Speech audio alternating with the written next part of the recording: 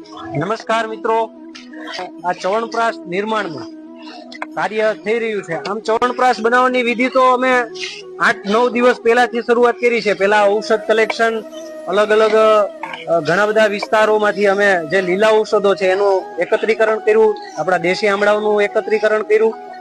પછી એને કાલ સવારમાં એને અમે વહેલી સવારમાં જ એને અગ્નિ આપી અને જે આપણો જે ક્વાથ બનાવવાની જે વિધિ છે એ ક્વાથ બનાવવા માટે મૂક્યું. એ ગરમ થઈ ગયા પછી આપણા જે આ દેશી આમળા છે એ આમળાને એ ક્વાથની અંદર જ પકાવવાના હોય છે, જેથી એ જે દ્રવ્ય ગુણ છે એ બધા આ જે ક્વાથ છે એ ક્વાથની અંદર આવે અને એ પછી બફાઈ જાય પછી એને આપણે ધીમે ધીમે એના જે ફળિયા છે એ કાઢવાના હોય છે.